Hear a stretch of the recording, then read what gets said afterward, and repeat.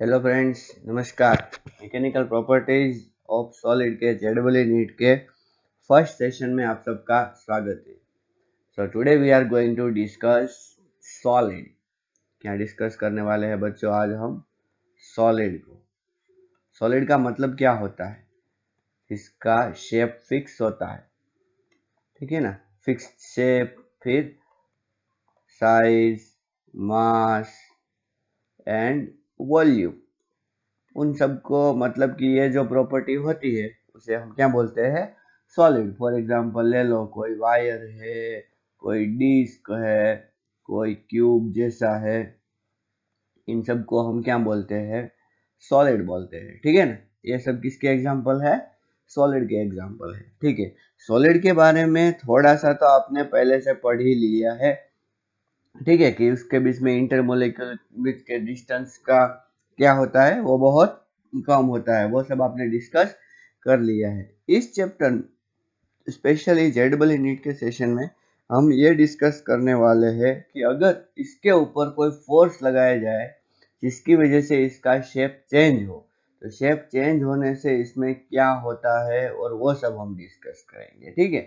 तो आइए शुरू करते हैं। सबसे पहले मैं डिस्कस करना चाहूंगा आपके साथ इंटरमोलेक्युलर फोर्स। ये बहुत बहुत बेसिक है, इंटरमोलेक्युलर फोर्स, ठीक है। इंटरमोलिकुलर फोर्स क्या होता है? आप देखिए, इंटरमोलिकुलर का मतलब क्या होता है? बिटवीन टू मॉलिक्यूल्स, ठीक है। दो मॉलिक्यूल के बीच में लगने वाला फोर्स। अब आपको पता ही है, सॉलिड के मॉलिक्यूल एक दूसरे से बहुत नजदीक होते हैं, फिर भी देखो, फॉर एग्जांपल ऐसा सोचो कि दो मॉलिक्यूल है, this is molecule number 1 and this is molecule number 2 and this is the distance between the molecule. Okay, अब देखिए, ये आर ऐसा है और एक मैं डिस्टेंस ऐसा भी लेता हूं कि दो मॉलिक्यूल कुछ इस तरह है, ठीक है। और आ, एक और सिचुएशन लेते हैं, ठीक है, जिसमें मॉलिक्यूल कुछ इस तरह है, ठीक है। यहाँ पर देखिए, ये भी डिस्टेंस कितना है? आर। और ये जो डिस्टेंस है 1 और 2 के बीच का, ये जो डिस्टेंस है वो डिस्टेंस है R0। तो आप यहाँ पर क्या बोलोगे? R greater than R0। यहाँ पर आप क्या बोलोगे? R less than R0। और यहाँ पर आप क्या बोलोगे? R इक्वल टू R0, ठीक है। ये R0 जो है, ये रेफरेंस डिस्टेंस हम अगर ऐसा बोले तो क्या देखा गया है? ऐसा देखा गया है कि जब R ग्रेटर देन R0 होता है तब क्या होता है? तब दोनों मॉलिक्यूल के बीच में एट्रैक्टिव फोर्स होता है। कैसा फोर्स होता है? एट्रैक्टिव फोर्स होता है। जब R लेस देन R0 होता है तब क्या होता है? तब दोनों मॉलिक्यूल के बीच में रिपल्सिव फोर्स होता है, ठीक है। और R इक्वल टू R0 बोले तो इसका मतलब हम ऐसा बोलेंगे कि जीरो फोर्स होता है, कोई फोर्स नहीं होता, ठीक है। मैं आपको एक ग्राफ के एक्सप्लेनेशन से मैं आपको इसको बोलूंगा। देखिए, एक ग्राफ हम लेते हैं,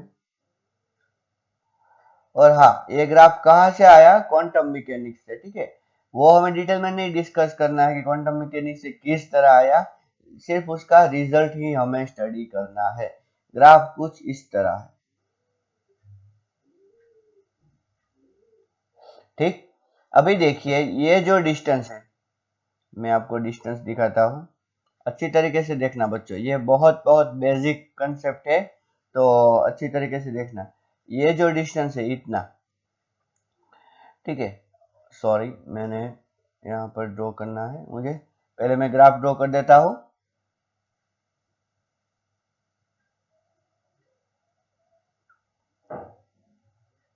ये ग्राफ हो गया।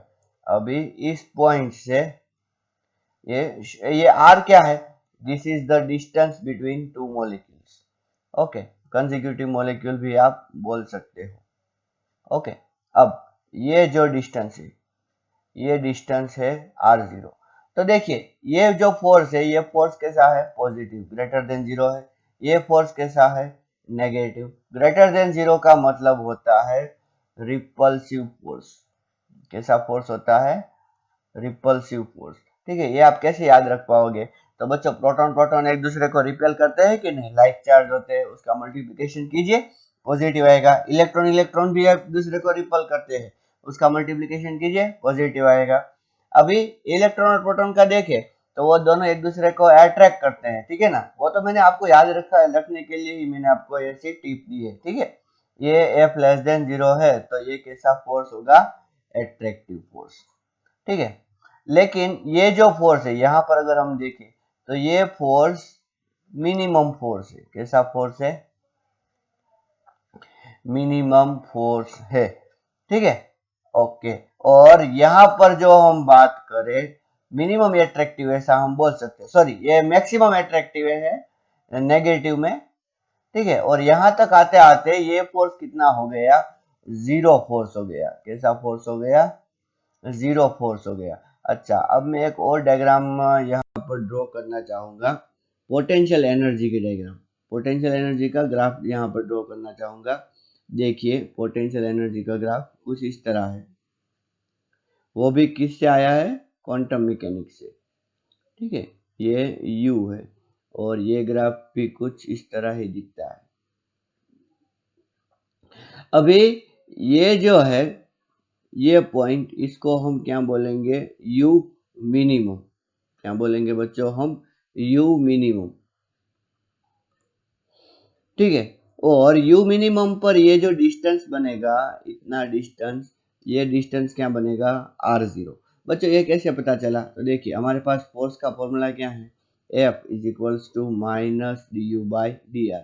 अभी ये अगर मिनिमम होता है, सॉरी मिनिमम नहीं, सॉरी ये मिनिमम नहीं, ये अगर क्या होता है? जीरो होता है। कैसा होता है? जीरो। तो यहाँ पर हम क्या बोल सकते हैं? U क्या हो सकता है? या तो मैक्सिमम हो सकता है या तो मिनिमम हो सकता है। प्रैक्टिकली क्या देखा गया है? ये कैसा है? मिनिमम है।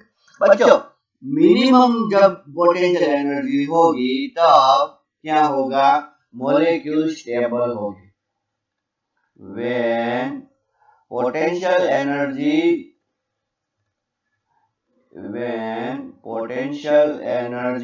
is मिनिमम, पोटेंशियल एनर्जी किसी होगी? मिनिमम। तो मॉलिक्यूल्स कैसे होंगे? स्टेबल होंगे, ठीक है। तो इसका मतलब क्या? और एक बात कि यूनिवर्स में हर कोई स्टेबल रहना चाहता है, तो जब भी हम उसके बीच का डिस्टेंस हम चेंज करते हैं, जब भी हम ऐसा करते हैं कि ये डिस्टेंस है, सोचो R0, कितना डिस्टेंस है? R0, और हम मॉलिक्यूल को एक दूसरे से दूर लेके जाते हैं और ये डिस्टेंस हो गया R, okay, R greater than R0। तो ये मॉलिक्यूल के बीच में फोर्स जनरेट होना शुरू हो जाएगा और वो फोर्स कैसा होगा? कुछ इस तरह होगा। और अगर हम ऐसा करें कि मॉलिक्यूल्स को पास लेके आए, सोचो इतना जो डिस्टेंस है वो है R, तो इन दोनों के बीच में भी फोर्स जनरेट होना शुरू हो जाएगा। वो फोर्स किस तरह होगा? इस तरह। इन दोनों मॉलिक्यूल एक दूसरे को क्या करेंगे? रिपेल करेंगे। तो बच्चों ये जो फोर्स जनरेट हुआ ना मॉलिक्यूल के बीच के डिस्टेंस के चेंज के वजह से, तो वो जो चेंज हुआ, मतलब कि वो जो फोर्स जनरेट हुआ, वो इस कहानी का हीरो है और उस फोर्स का नाम है रिस्टोरिंग फोर्स। क्या नाम है? Restoring force. रिस्टोरिंग फोर्स क्यों?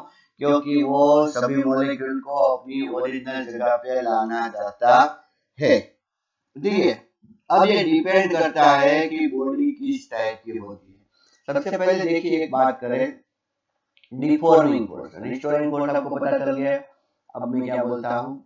Deforming force. डिफॉर्मिंग फोर्स क्या होता है? Force because of which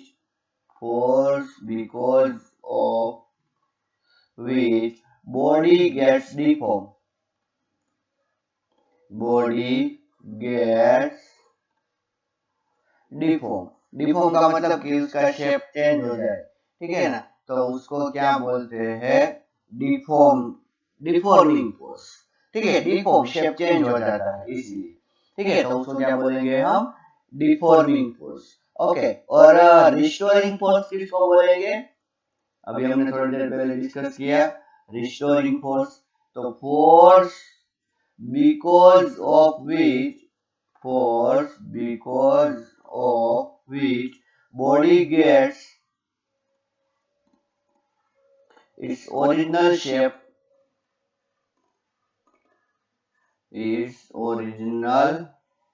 shape कब?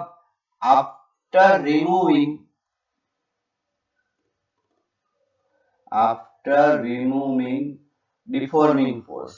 तो उसे हम क्या बोलेंगे बच्चों? Restoring force. समझ में आया? जिसकी वजह से बॉडी अपना शेप फिर से गेन करना चाहती है। इस तरीके से हम 3 टाइप्स ऑफ बॉडी बोल सकते हैं। 3 टाइप की बॉडी होती है। पहली होती है परफेक्टली इलास्टिक। कैसी होती है? Perfectly elastic. फिर होती है पार्शियली इलास्टिक। नॉर्मली जो हम बॉडी देखते हैं बच्चों, वो generally most of partial elastic होती है। और एक होती है परफेक्टली इन इलास्टिक। ठीक है, या तो हम इसको ऐसा बोल सकते हैं प्लास्टिक बॉडी। कैसा बोल सकते हैं? Plastic body. Perfectly elastic body क्या है? 100% रीगेन। 100% रीगेन मतलब कि वो जो अपना शेप है वो फिर से ला लेगी। ठीक है ना? फॉर एग्जांपल हमारी स्किन की अगर हम बात करें तो ठीक है, पार्शियली किसको बोलेंगे? तो 100% नहीं, लेस देन 100% रीगेन। ठीक है, मैं स्प्रिंग की बात करूंगा। ठीक है, और यहाँ पर 0% रीगेन। ठीक है, फॉर एग्जांपल हम अगर बात करें वेट क्ले, तो उसमें अगर आपने फोर्स लगा दिया और फोर्स रिमूव किया तो वो अपना शेप चेंज नहीं करेगी, इसलिए हम उसको क्या बोलते हैं? प्लास्टिक बॉडी बोलते हैं। ठीक है, अच्छा अब बच्चों, तो रिस्टोरिंग फोर्स कब जनरेट होता है? एक बहुत इंपॉर्टेंट पॉइंट, रिस्टोरिंग फोर्स कब जनरेट होता है वो हमने क्या देखा? रिस्टोरिंग फोर्स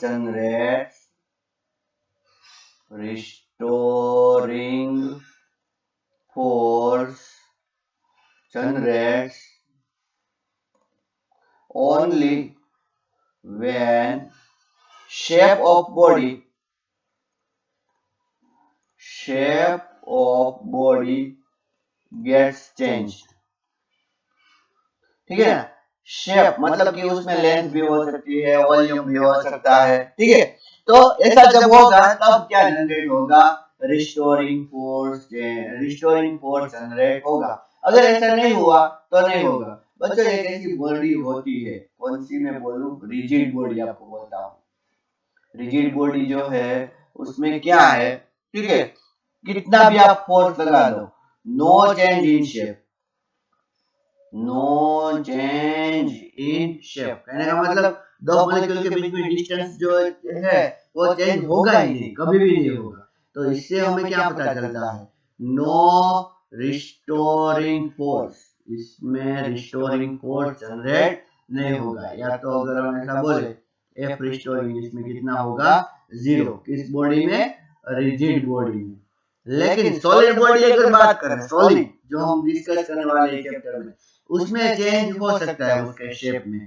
ठीक है, तो उसमें रिस्टोरिंग फोर्स जनरेट होगा, लेकिन कब? जब शेप चेंज होगा तब। ठीक है, समझ में आया कि नहीं? देखिए एक क्वांटिटी आज हम डिस्कस करने वाले हैं, वो सबसे पहले हम डिस्कस करेंगे स्ट्रेन। क्या डिस्कस करेंगे बच्चों? स्ट्रेन का मतलब क्या होता है? आपका हाथ पकड़ के किसी ने ऐसे घुमा दिया तो आपके हाथ में क्या जनरेट हो जाएगा?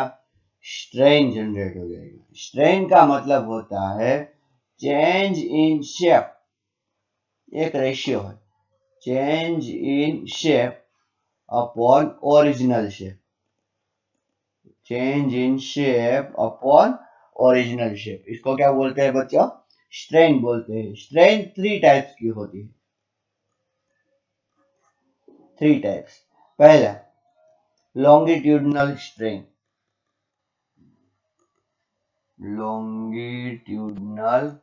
स्ट्रेन। ठीक है, दूसरी होती है वॉल्यूम स्ट्रेन। स्ट्रेन, और तीसरी होती है शीयरिंग स्ट्रेन।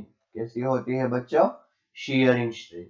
देखिए, लॉन्गिट्यूडनल स्ट्रेन जो होती है वो दो टाइप की होती है। एक होती है टेंसाइल स्ट्रेन। कैसी होती है बच्चों? Tensile strain. और दूसरी होती है कंप्रेसिव स्ट्रेन। Compressive strain. ठीक है, अभी देखिए, हम लॉन्गिट्यूडनल स्ट्रेन के बारे में अगर हम थोड़ा सा बात करें। ओके, एक वायर ले लो, ये वायर है जिसकी लेंथ अगर हम देखें तो इसकी लेंथ कितनी है? एल। ठीक है, अब हमने इस वायर को इस साइड से और इस साइड से खींचा, फोर्स लगाया हमने, जिसकी वजह से क्या हुआ? इस वायर की लेंथ इंक्रीज हो गई, लेंथ इतनी हो गई। तो नई लेंथ सोचो, नई लेंथ कितनी हुई? L plus delta L. कितनी लेंथ हुई? L plus delta L. Delta L जितना उसमें चेंज आया। ठीक है ना? तो इसका मतलब क्या है कि अगर हमें लॉन्गिट्यूडनल स्ट्रेन देखना है, लॉन्गिट्यूडनल या तो इसमें, तो हम क्या बोलेंगे? चेंज इन लेंथ कितनी है? Delta L. और ओरिजिनल लेंथ कितनी है? एल। ठीक है ना? तो ये हो गई लॉन्गिट्यूडनल स्ट्रेन। देखो, अगर हम इसमें कंप्रेसिव फोर्स लगाए, ये जो है जब लेंथ इंक्रीज होगी, व्हेन लेंथ इंक्रीज, जब लेंथ इंक्रीज होगी तब कौन सी स्ट्रेन होगी? Tensile. Okay, when length decrease तब कौन सी स्ट्रेंथ होगी? स्ट्रेन होगी कंप्रेसिव। समझ में आया?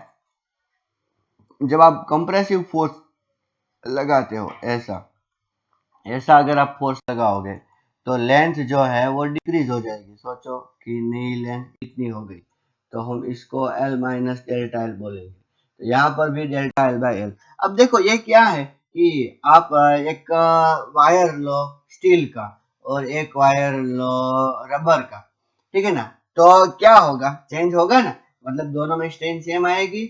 नहीं। तो कहने का मतलब क्या है? ये बहुत इंपॉर्टेंट पॉइंट में अभी लिख रहा हूँ, क्या? that strain depends on type of material। इस पे डिपेंड करेगा, strain depends on type of material। ठीक है, और एक बात है, strain is unitless। strain is unitless। क्यों? देखो, ये change in length upon original length है, इसीलिए। ठीक है, देखो मैं एक बात करता हूँ आपसे। पहले देखो कि पहले लेंथ कितनी थी? L1, बाद में लेंथ कितनी हो गई? L2। तो स्ट्रेन कितनी होगी? तो स्ट्रेन, टेंसाइल स्ट्रेन कितनी होगी? तो epsilon L is equals to, हमारे पास क्या है? Change in length upon original length है। तो चेंज इन लेंथ कितनी हो जाएगी? L2 minus L1। ठीक है, और ओरिजिनल लेंथ कितनी है? L1। अगर हमें पूछा जाए कि परसेंटेज स्ट्रेन कितना हुआ, तो हम क्या बोल सकते हैं? L2 minus L1 upon L1 into 100। इस तरह इजीली आप मेजर कर सकते हो कौन सी स्ट्रेन? Longitudinal strain. समझ में आया कि नहीं? ओके, अब एक दूसरी स्ट्रेन जो हम बात करेंगे वो कौन सी है? Volume strain. कौन सी स्ट्रेन है बच्चों? Volume strain. ठीक है, वॉल्यूम स्ट्रेन में क्या होता है? देखिए, कोई ऑब्जेक्ट है, सर्कल ले लेता हूं मैं। ठीक है, उसके ऊपर सभी डायरेक्शन से परपेंडिकुलर फोर्स लगाया हमने, जिसकी वजह से उसके वॉल्यूम में क्या हो गया? डिक्रीमेंट हो गया। ठीक है ना? So strain generated in body, strain generated in body because of change in volume, because of change in volume, तो उसे क्या बोलते हैं? Volume strain. वॉल्यूम स्ट्रेन का अगर हम देखें तो epsilon V is equals to क्या होगा? Delta V upon V. कहने का मतलब क्या है? V final minus V initial upon V initial. देखो ये स्ट्रेन जो होती है, आप वॉल्यूम स्ट्रेन ले लो, लॉन्गिट्यूडनल स्ट्रेन ले लो, सभी यूनिटलेस ही होगी। क्यों? क्योंकि उसमें आप देखिए न्यूमरेटर और डिनोमिनेटर दोनों में सेम ही है कि नहीं, इसीलिए वॉल्यूम स्ट्रेन और कोई भी स्ट्रेन ले लो वो सब कैसी होगी, यूनिटलेस ही होगी। और किस पे डिपेंड करेगी? मटेरियल पे, डिपेंड्स ऑन मटेरियल। ठीक है, समझ में आया कि नहीं? फॉर एग्जाम्पल अगर हम ऐसा ले कि एक स्फीयर है जिसकी रेडियस कितनी है r1, फिर उसको कंप्रेस करने से उसकी रेडियस कितनी हो गई r2, हमें एप्सिलॉन v फाइंड करना है।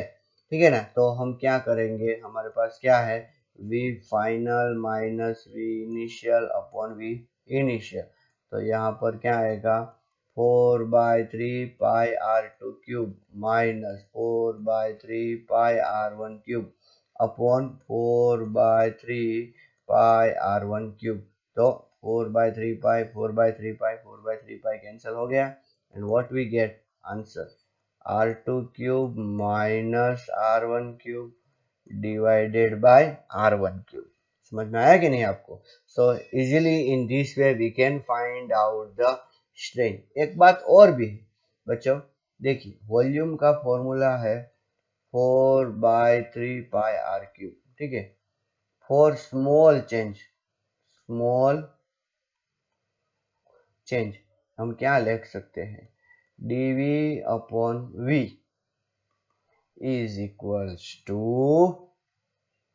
3 times delta r by r, ऐसा भी हम लिख सकते हैं। यहाँ पर dr/r ऐसा भी हम लिख सकते हैं, कभी कभार ऐसा पूछा जाता है।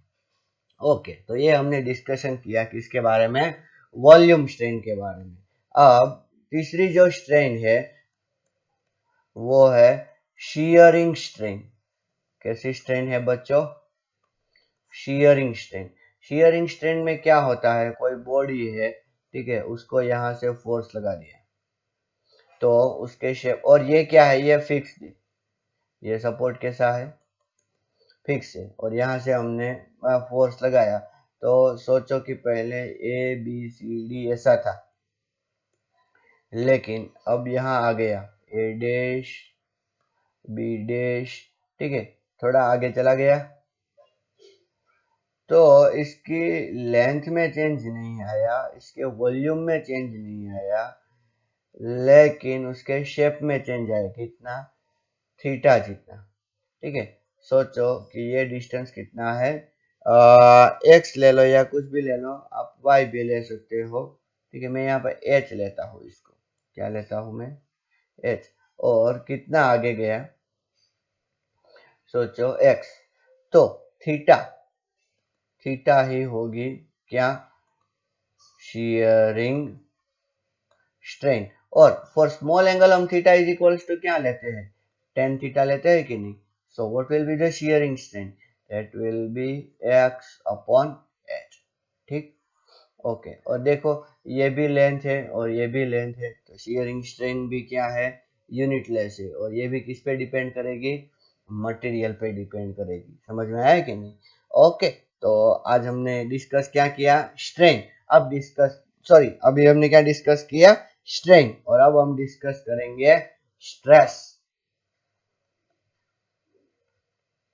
मेनली ये दो क्वांटिटी ही इस चैप्टर में हम पढ़ेंगे, पहले स्ट्रेन और दूसरा स्ट्रेस।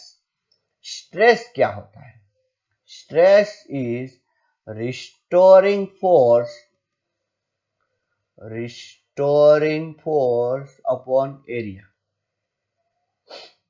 ओके, रिस्टोरिंग फोर्स बच्चों, अप्लाइड फोर्स नहीं, रिस्टोरिंग फोर्स जो जनरेट हुआ डिवाइडेड बाय एरिया, उसे हम क्या बोलेंगे, स्ट्रेस बोलेंगे। ये कैसी क्वांटिटी है, इसको वेक्टर भी बोला जाता है और स्केलर भी बोल सकते हैं, इसलिए मैं इसको क्या लिखूंगा कि ये है टेंसर। कैसी क्वांटिटी है बच्चों, ये टेंसर क्वांटिटी। कौन, stress, stress is the tensor quantity. ठीक है, अच्छा, जब रिस्टोरिंग फोर्स प्रोड्यूस होगा उस टाइम पर ही स्ट्रेस जनरेट होगा। रिस्टोरिंग फोर्स प्रोड्यूस नहीं होगा तो स्ट्रेस जनरेट होगा नहीं। ठीक है, एक बात देखिए, आप एक ऐसा बार ले लीजिए और आपने उस पे यहाँ फोर्स लगाया कितना, एफ। ओके, तो ये क्या जाए, कहाँ जाएगा, ये आगे जाएगा, आगे मूव करेगा।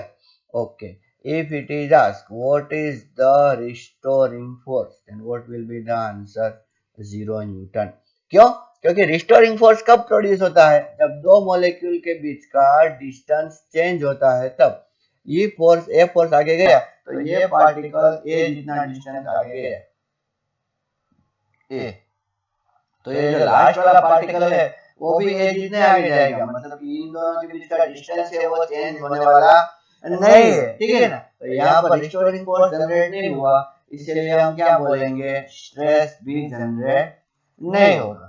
ठीक है, समझ में आया ना आपको। अच्छा, अगर रिस्टोरिंग फोर्स जनरेट होता है तो स्ट्रेस जनरेट होता है, अगर रिस्टोरिंग फोर्स जनरेट नहीं होता तो स्ट्रेस जनरेट नहीं होता। अच्छा, रिस्टोरिंग फोर्स जनरेट होता है तो ही स्ट्रेस आएगा, रिस्टोरिंग फोर्स नहीं है तो स्ट्रेस नहीं आएगा। चलो, ये दिमाग में बैठ गया आपको। अब रिस्टोरिंग फोर्स कब होता है, रिस्टोरिंग फोर्स तभी होगा जब क्या होगा, बोलिए बोलिए, बॉडी का शेप चेंज होगा। सोचो, इस डायरेक्शन में मैं एफ फोर्स लगा रहा हूँ और इस डायरेक्शन में भी क्या लगा रहा हूँ, एफ फोर्स लगा रहा हूँ, जिसकी वजह से सोचो कि इसकी जो लेंथ एल थी वो चेंज होके थोड़ी बड़ी हो गई। क्या हो गई, बड़ी हो गई। तो इस डायरेक्शन में फोर्स लगेगा ना, एफ रिस्टोरिंग, इस डायरेक्शन में भी एफ रिस्टोरिंग फोर्स लगेगा ना। ठीक है, तो ये जो एफ रिस्टोरिंग डिवाइडेड बाय, अगर हम इसको 3D में ड्रॉ करना चाहें बच्चों, देखना अच्छी तरीके से, ये एरिया आएगा। ठीक है, तो रिस्टोरिंग फोर्स कितना हो गया। ठीक है, तो स्ट्रेस इज इक्वल्स टू, देखिए सबसे पहले तो मैं क्या बोलता हूँ, रिस्टोरिंग फोर्स अपॉन एरिया है। अब हम प्रोसेस को स्लोली स्लोली स्टडी करते हैं। ठीक है, इनिशियली, यही केस बोल रहा हूँ, ऊपर जो मैंने ड्रॉ किया है ना, initially restoring force equals to 0 newton, so stress is also is equals to 0। बच्चों, stress is equals to force upon area है, इसीलिए हम इसको क्या बोलेंगे, न्यूटन पर मीटर स्क्वायर। ये प्रेशर जैसा है लेकिन प्रेशर नहीं है, अच्छी तरीके से याद रखना। प्रेशर हमेशा कंप्रेस करता है, ये हमेशा कंप्रेस नहीं करता, ये कंप्रेस भी करता है और ये स्ट्रेच भी करता है। हमने स्टार्टिंग में ही पढ़ा था, जब बॉडी ओरिजिनल है उससे कंप्रेस हुई तो मतलब कि वो बॉडी को ऊपर उठाना चाहेगा, और अगर बॉडी ओरिजिनली जो है उससे स्ट्रेच हुई तो बॉडी को वो अपनी ओर खींचना चाहेगा। ठीक है ना, जो stress is of both type, compressive as well as the tension. अच्छा, चलो, इनिशियली कितना फोर्स, रिस्टोरिंग फोर्स 0। ठीक है, in the intermediate situation, in the intermediate situation, intermediate situation का मतलब क्या, इंटरमीडिएट सिचुएशन का मतलब ये धीरे धीरे धीरे धीरे क्या हो रहा था, एलोंगेट हो रहा था। उस टाइम पर restoring force was less than F, restoring force was less than F, therefore sigma is equals to FR upon F। Okay, और फाइनली जब बहुत एक्सटेंड हो गया जिसकी वजह से रिस्टोरिंग फोर्स बहुत बढ़ गया, और इतना बढ़ गया कि F और FR दोनों कैसे हो गए, सेम हो गए। इस साइड पर F लग रहा है और इस साइड पर क्या लग रहा है, FR, दोनों सेम हो गए, तो दोनों का मैग्नीट्यूड एक दूसरे को कैंसिल कर देगा ना। ओके, सो फाइनली क्या होगा, no change further, no change further in length. ठीक है, जितना चेंज लेंथ में चेंज होना था उतना हो गया, अब आगे नहीं होगा। तो उस टाइम पर हम क्या बोल सकते हैं, restoring force is equals to applied force. अच्छी तरीके से आप याद रखिए। तो बच्चों, जब भी आपको क्वेश्चन दिया जाएगा ना, आप ऐसा ही सोचिए कि फाइनल कंडीशन ही दी गई है। ठीक है। अच्छा देखिए एक एक एग्जांपल मैं आपको बोलता हूँ।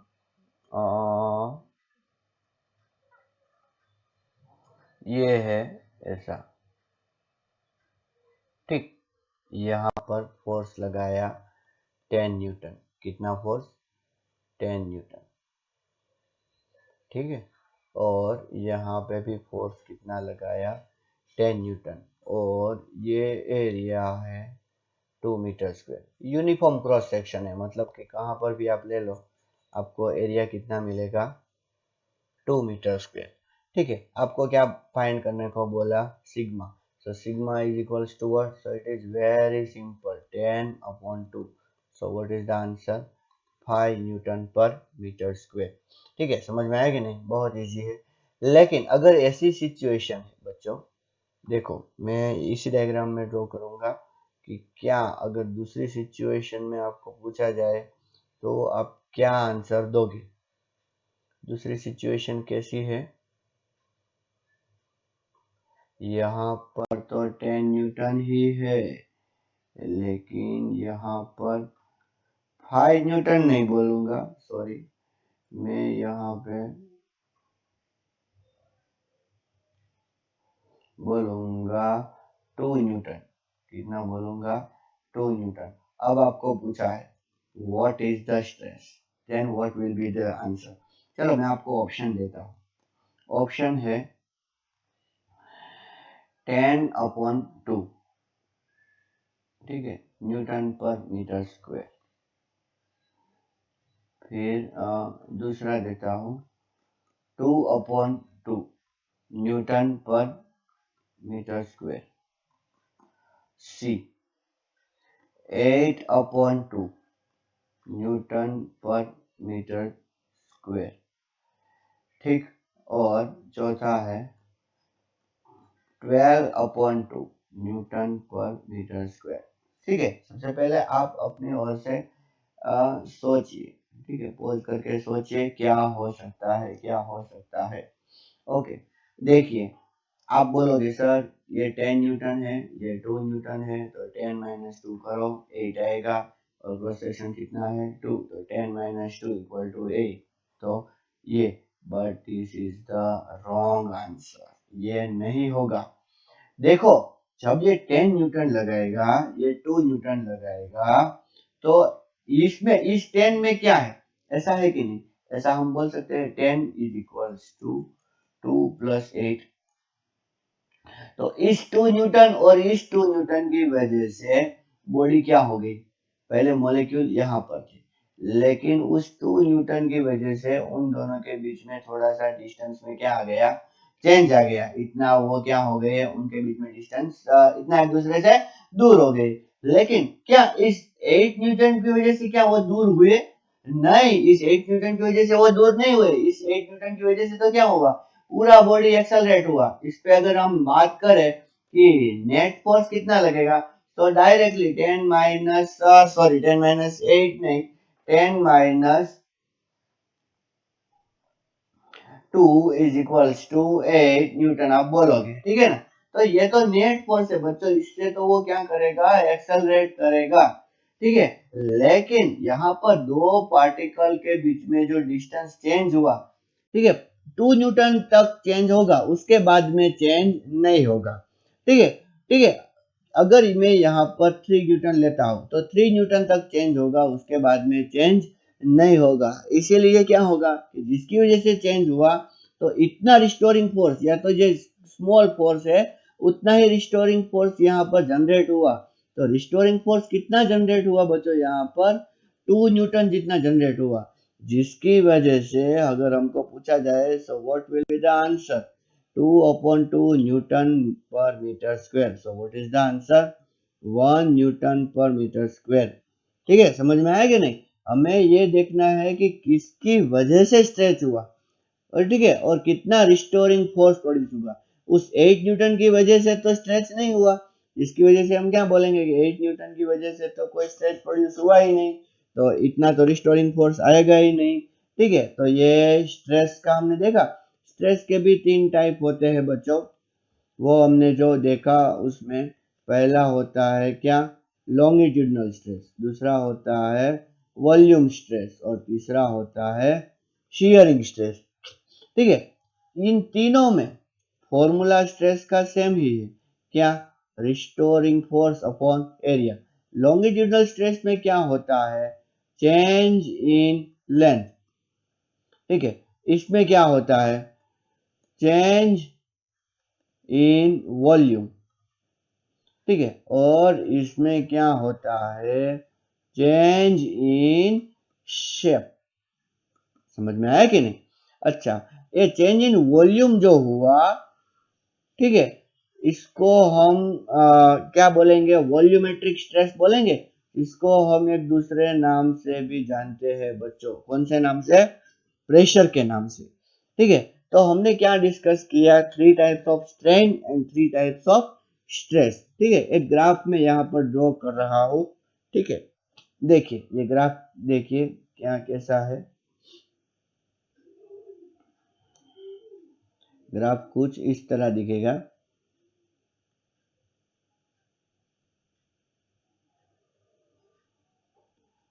यहाँ पर हमें स्ट्रेन दिखाई देगी, यहाँ पर हमें स्ट्रेस दिखाई देगा। ठीक, और ग्राफ कुछ इस तरह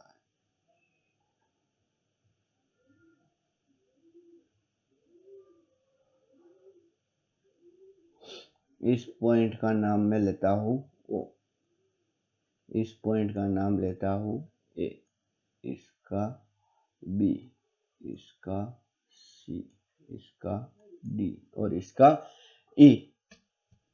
ठीक है, ये लॉन्गिट्यूडनल स्ट्रेस है और ये लॉन्गिट्यूडनल स्ट्रेन। ठीक है, एक फिक्स सपोर्ट है जिससे हमने एक वायर को हैंग किया हुआ है और यहाँ पर कुछ क्या रखा हुआ है? ऐसा कुछ रखा हुआ है जिसके अंदर हम मास डालते ही जा रहे हैं, जिसकी वजह से क्या होता है? उसके स्ट्रेन में इंक्रीमेंट होता है। ओ से ए तक क्या हमें दिखाई देता है? Sigma proportional to epsilon. ये स्ट्रेट लाइन है।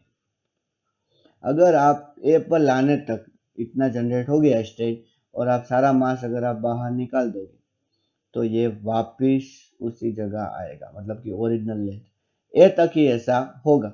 ओके, और ये स्ट्रेट है तो इसको हम बोलेंगे limit of proportionality. Limit of proportionality. अभी देखो कर्व थोड़ा सा स्लैंट हो, थोड़ा सा कर्व हो गया। ठीक है ना, ये जो ग्राफ है थोड़ा सा कैसा हो गया? कर्व हो गया, तो यहाँ पर प्रोपोर्शनल नहीं रहा ना, तो इसीलिए इसको लिमिट ऑफ प्रोपोर्शनैलिटी। लेकिन यहाँ तक भी, यहाँ से भी अगर हम मास को इसमें से बाहर निकाल दें तो फिर से वो वापस ओरिजिनल शेप में आ सकता है। तो इसीलिए कहने का मतलब क्या है कि वो इलास्टिक जैसा बिहेव करेगा। तो हम बी को क्या बोलेंगे? Limit of elasticity. बी तक वो क्या रहेगा? Limit of elasticity. ठीक है, उसके बाद में क्या देखा गया कि थोड़ा सा भी अगर हमने स्ट्रेस इंक्रीज किया, ठीक है ना, तो भी स्ट्रेन बहुत ज्यादा इंक्रीज हो गया। ठीक है, और एक बात और है कि सी तक ऐसा नहीं होता। सी तक तो क्या होता है कि अगर हमने लोड को रिमूव किया तो वो मटेरियल वापस तो आएगा लेकिन अपने ओरिजिनल शेप में नहीं आएगा। तो मतलब कि उसमें परमानेंटली थोड़ा सा स्ट्रेन डेवलप हो जाएगा, तो उसको बोलते हैं परमानेंट सेट। क्या बोलते हैं बच्चों हम? Permanent set. उसके बाद में अगर हम सी पर लाते हैं और फिर भी हम लोड इंक्रीज ही करते रहते हैं तो फिर ऐसा नहीं दिखाई देता कि अगर हम लोड को रिमूव करें तो वापस वो आ जाएगा। वो अपने आप को ओरिजिनल शेप में लाने की ट्राई भी नहीं करता। ठीक है ना, इसीलिए हम इसको क्या बोलते हैं? Plastic deformation. क्या बोलते हैं बच्चों हम इसको? Plastic deformation.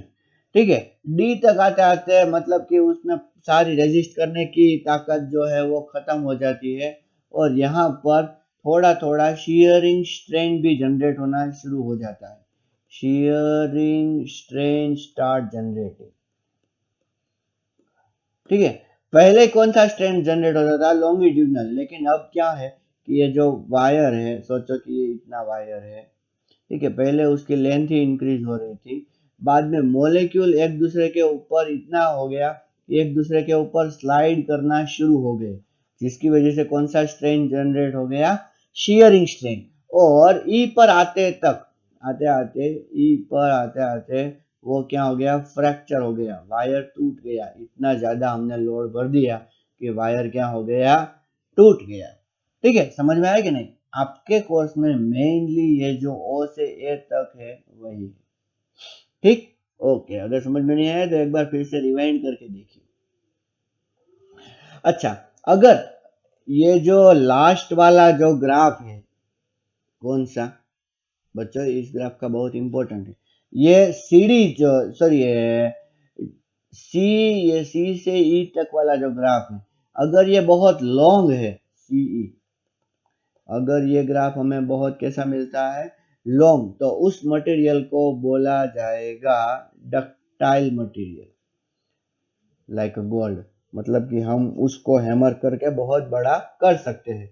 और सी वाला बहुत शॉर्ट अगर मालूम पड़ता है, बहुत शॉर्ट ग्राफ, ये सी से ई यहां पर आ गया, तो उसको हम बोलेंगे ब्रिटल मटेरियल। कैसा बोलेंगे बच्चों हम, ब्रिटल मटेरियल। ठीक है, मतलब कि क्या है कि जल्दी जल्दी वो टूट जाएगा।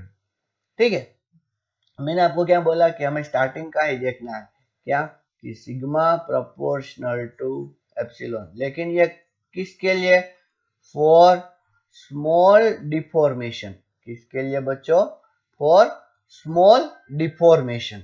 तो अभी देखिए ये सिग्मा प्रोपोर्शनल टू एप्सिलॉन है, देखो इस लॉ का एक नाम भी है, इस रूल का, इसका नाम है हुक्स लॉ। क्या नाम है बच्चों, इसका नाम हुक्स लॉ। अगर हम इस प्रोपोर्शनलिटी साइन को हटाते हैं तो sigma is equals to some constant into epsilon हमें रखना पड़ेगा। ये है इलास्टिक मॉड्यूलस। कैसा मॉड्यूलस है, इलास्टिक मॉड्यूलस। ठीक है, इलास्टिक मॉड्यूलस थ्री टाइप्स के हैं। Okay, three types of elastic modulus, three types of elastic modulus. पहला है यंग मॉड्यूलस। कैसा है बच्चों, यंग्स मॉड्यूलस। दूसरा है बल्क मॉड्यूलस, और तीसरा है शीयरिंग मॉड्यूलस। कैसा है, शीयरिंग मॉड्यूलस। ठीक है, इसके फॉर्मूला बहुत सिंपल है। देखो इससे हमें क्या पता चलता है, k इज इक्वल्स टू हमें क्या मिलेगा, सिग्मा अपॉन एप्सिलॉन मिलेगा। अच्छी तरीके से देखिए, k इज इक्वल टू क्या मिलेगा, सिग्मा अपॉन एप्सिलॉन मिलेगा। ओके, देखो अगर मैं sigma L upon epsilon L करता हूं तो मुझे मिलेगा यंग्स मॉड्यूलस। अगर मैं sigma V upon epsilon V करता हूं तो मुझे मिलेगा बल्क मॉड्यूलस। और अगर मैं sigma S upon epsilon S करता हूं तो मुझे मिलेगा शियर मॉड्यूलस। ये ईटा है, इसको क्या बोलते हैं हम बच्चों, ईटा। ठीक है, ये जनरली वायर में देखा जाता है। किसमें देखा जाता है, वायर में। ये जनरली वॉल्यूमेट्रिक बॉडी में देखा जाता है। ठीक है ना, और ये तो शेप चेंज होता है तब दिखाई देता है। हाईएस्ट जो हम यूज करने वाले हैं वो ये है, कौन सा, young modulus. Okay, young modulus हो, बल्क मॉड्यूलस हो, या तो शियर मॉड्यूलस हो, किस पे डिपेंड करेंगे, depends on type of material. मतलब कि मटेरियल अगर हमने सेम लिया है, दो वायर दिए हैं, दोनों का मटेरियल अगर सेम है तो मतलब कि दोनों का यंग मॉड्यूलस या तो बल्क मॉड्यूलस या तो शियर मॉड्यूलस सबका कैसा रहेगा, सेम रहेगा। ठीक है, यंग मॉड्यूलस में देखिए ये सिग्मा है, तो सिग्मा इज इक्वल्स टू क्या हमें पता था, force upon area, specially restoring force upon area. और epsilon L is equal to क्या पता था हमें, स्ट्रेन, याद कीजिए, डेल्टा एल अपॉन एल। तो ये किसका फॉर्मूला हो गया बच्चों, यंग्स मॉड्यूलस का। बल्क मॉड्यूलस का फॉर्मूला क्या है, सिग्मा वी। सिग्मा वी को हम प्रेशर भी बोलते थे, मैंने बोला था। और एप्सिलॉन वी मतलब कि वॉल्यूमेट्रिक स्ट्रेन, तो डेल्टा वी अपॉन वी। ठीक है, और जब नेगेटिव होता है तो माइनस, नेगेटिव मतलब कि बॉडी जब कंप्रेस होती है तब डेल्टा वी नेगेटिव आएगा ना। देखिए delta V is equals to क्या है, V final minus V initial. अब कंप्रेस करेंगे तो क्या होगा, V F less than V I, negative होता है इसलिए हमने यहाँ पे माइनस लगा दिया। अभी शियर मॉड्यूलस का अगर हम बात करें तो शियरिंग स्ट्रेस का फॉर्मूला क्या होता है, रिस्टोरिंग फोर्स अपॉन एरिया। देखिए इसमें भी ऐसा ही होता है, लेकिन ये किसके जैसा है, प्रेशर, ये भी क्या है, रिस्टोरिंग फोर्स अपॉन एरिया ही है। ठीक है, इतना टेंशन मत लीजिए इसका। और ये क्या होगा, x अपॉन h, जो हमने शियरिंग स्ट्रेन पढ़ा था। ठीक है, समझ में आया कि नहीं। तो ये किसके बारे में डिस्कशन हो गया, Young's modulus, bulk modulus and shearing modulus. ठीक है, मैं एक चीज आपको और बोलना चाहता हूँ, क्या, देखिए ये वायर एक है वायर जिसकी लेंथ कितनी है L और जिसकी ब्रेड्थ कितनी है B। अगर हमने यहाँ से दोनों साइड से फोर्स लगाया तो जिसकी वजह से क्या हुआ, उसकी लेंथ और ब्रेड्थ दोनों में चेंज आया ना। तो ब्रेड्थ कितनी हो गई, B माइनस डेल्टा B, और लेंथ कितनी हो गई, L प्लस डेल्टा। तो अगर हम डेल्टा L अपॉन L लेते हैं तो उसको बोलेंगे लॉन्गिट्यूडनल स्ट्रेन। बच्चों ये जो है चेंज, ऐसे चेंज है ना, और फोर्स भी ऐसे लग रहा है, सेम डायरेक्शन है ना, तो सेम डायरेक्शन है इसीलिए कैसा नाम, लॉन्गिट्यूडनल। लेकिन अगर हम ऐसा लेते हैं बच्चों, delta B upon B, breadth पे भी चेंज है ना, तो उसे बोलेंगे लेटरल स्ट्रेन। क्या बोलेंगे बच्चों हम, लेटरल स्ट्रेन। देखो इसमें चेंज कैसा है, ऐसा है, और फोर्स कैसा है, ऐसा, मतलब कि कैसा, परपेंडिकुलर हो गया ना, तो परपेंडिकुलर हुआ तो उसको क्या बोलेंगे, लेटरल स्ट्रेन। अभी lateral strain, lateral strain upon longitudinal strain करेंगे, लॉन्गिट्यूडनल स्ट्रेन, तो एक रेशियो मिलेगा म्यू, जिसे बोला जाता है पॉइजन्स रेशियो। क्या बोला जाता है बच्चों, जिसे पॉइजन्स रेशियो बोला जाता है। ठीक है ना, अच्छी तरीके से समझिए इसको, इसको क्या बोला जाता है, पॉइजन्स रेशियो। ठीक है, ओके। और पॉइजन्स रेशियो अगर हम डिटरमाइन करना चाहे कि उसकी लिमिट क्या होती है, तो देखिए एक सिलेंडर है, ठीक है, और उस सिलेंडर की लेंथ सोचो इंक्रीज हो गई, और उसकी रेडियस क्या हो गई, डिक्रीज हो गई।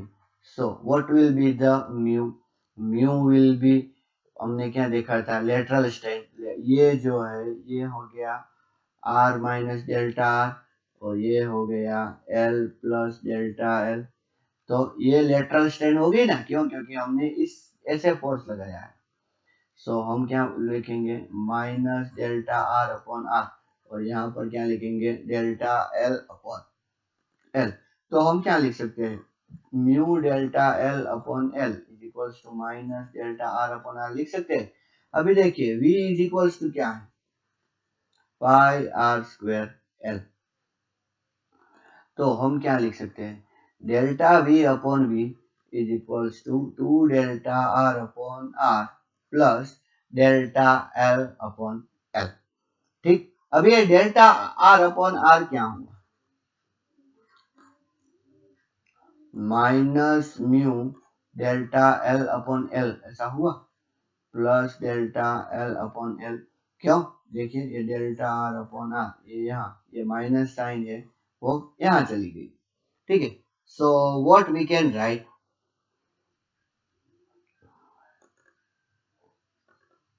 therefore delta V upon V is equals to minus 2 mu plus 1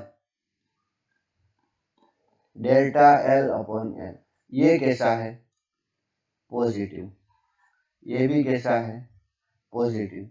इसका मतलब क्या हुआ, देखो ये रिलेशन बहुत इंपॉर्टेंट है, ठीक है ना, इसको अच्छी तरीके से याद रखिए। 1 minus 2 mu should be greater than 0, therefore 1 should be greater than 2 mu, और 2 mu should be less than 1 और mu should be less than 1/2। तो म्यू किससे कम होगा? 0.5 से हमेशा कैसा होगा? कम होगा। ठीक है। अच्छा, तो इस तरह हमने म्यू का भी रिलेशन देख लिया। अब देखो, एक वायर है, सोचो उस पर फोर्स कितना लगाया गया? एफ। और उसकी जो लेंथ है वो कितनी है? एल। फोर्स लगाने की वजह से उसकी लेंथ में चेंज आ गया। फोर्स तो कितना हम लगा रहे हैं? एफ। लेकिन जो फाइनल लेंथ है वो कैसी हो गई? L plus delta L. ठीक है। सो shape change, shape got change, therefore potential energy got change। Configuration की वजह से पोटेंशियल एनर्जी होती है। ठीक है ना? तो इसका मतलब क्या हुआ? therefore work done by force, work done by force is equals to change in potential energy। बोल सकते हैं? change in potential energy। let initial potential energy is 0। ऐसा सोचिए, इनिशियल पोटेंशियल एनर्जी कितना हो गया? 0। तो हम क्या बोल सकते हैं? therefore final potential energy is equals to work done. और ये जो पोटेंशियल एनर्जी है वो होगी इलास्टिक पोटेंशियल एनर्जी। कैसी होगी? Elastic potential energy. अब कैसे सॉल्व करें, कैसे इसको फाइंड करें? तो देखिए, हम आइए इंटरमीडिएट केस एक कंसीडर करते हैं। यहाँ पर बच्चों वर्क अगेंस्ट रिस्टोरिंग फोर्स हुआ है, रिस्टोरिंग फोर्स वर्क कर रहा है। यहाँ पर एफ है, ठीक है, लेकिन रिस्टोरिंग फोर्स यहाँ जनरेट होगा कितना? F R. रिस्टोरिंग फोर्स तो कितना जनरेट होगा? F R. क्या अभी एफ आर और एफ दोनों सेम है? नहीं, यहाँ पर क्या है? F R equals to 0। यहाँ एफ आर तो एफ आर है और यहाँ पर हम क्या बोल सकते हैं? F R equals to F. तो यहाँ क्या हो गया? F R. और ऐसा क्यों जनरेट हुआ? क्योंकि यहाँ पर लेंथ कितनी है?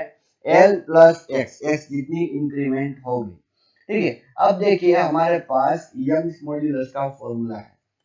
यंग्स मॉड्यूलस का फॉर्मूला क्या है? Force upon area divided by x upon L. कितनी? एक्स जितनी चेंज हुई थी। ओके, तो हम इसको क्या लिख सकते हैं? F are into L divided by x into A. So what will be the restoring force? देखिए, एक्स ए इंटू वाई अपॉन एल। ठीक है, इतना रिस्टोरिंग फोर्स जनरेट हुआ। Okay, if it is stretched by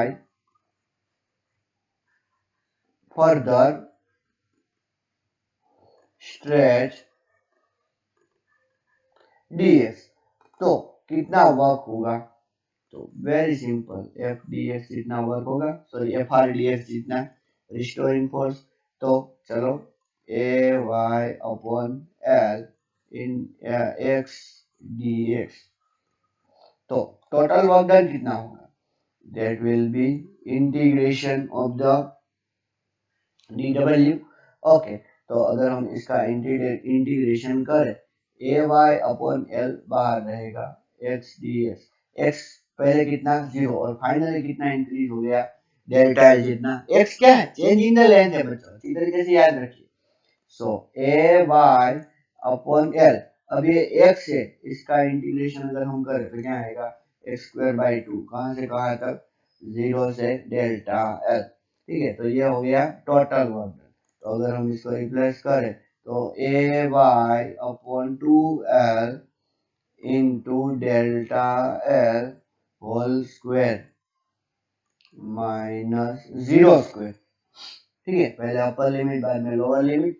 so what will be the answer? That is Y A delta L whole square divided by 2l, and this is nothing but elastic potential energy. ये क्या हो गई? Elastic potential energy हो गई। बहुत important formula है बच्चों। ठीक है, देखो मैं यहाँ पर एक चीज और देखना चाहूंगा, यहाँ पे करना चाहूंगा।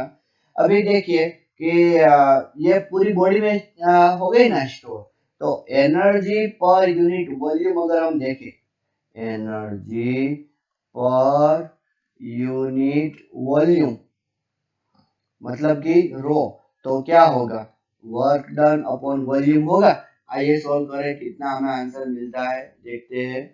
ठीक है, so rho is equals to Y A delta L का स्क्वायर डिवाइडेड बाय 2L, और वॉल्यूम कितना होगा, एरिया इंटू लेंथ होगा। Okay, so Y A delta L upon L का स्क्वायर ऐसा बोल सकते हैं, देखिए, और डिवाइडेड बाय 2A, ये कैंसिल हो गया। देखिए डेल्टा एल का स्क्वायर एल एल मल्टीप्लाई हुआ। ठीक है, बहुत इंपॉर्टेंट रिजल्ट मिलने वाला है बच्चों। तो क्या मिलेगा हमें, rho is equals to half into Y, delta L upon L क्या होता है, स्ट्रेन, तो स्ट्रेन का स्क्वायर, एक फॉर्मूला ये। अच्छा, दूसरा हाफ, अभी Young modulus is equals to stress upon strain, एक कैंसिल हो गया। So what we got, rho is equals to sigma into epsilon divided by 2। समझ में आया कि नहीं, अच्छी तरीके से समझिए। ओके, और अगर हम ऐसा कुछ लिखना चाहे, y को ऐसे रहने दें, इसको देखिए हमारे पास क्या है, Young modulus is equals to stress upon strain है, तो strain is equals to stress upon Young modulus, तो मतलब कि स्ट्रेस का स्क्वायर अपॉन यंग मॉड्यूलस का स्क्वायर, तो एक कैंसिल हो गया। So what we can write, sigma square upon 2y, ये हो गया फिर से एक नया फॉर्मूला। समझ में आया कि नहीं आपको? Okay, so today we will discuss only this much, and later on we will discuss the examples. Okay, thank you.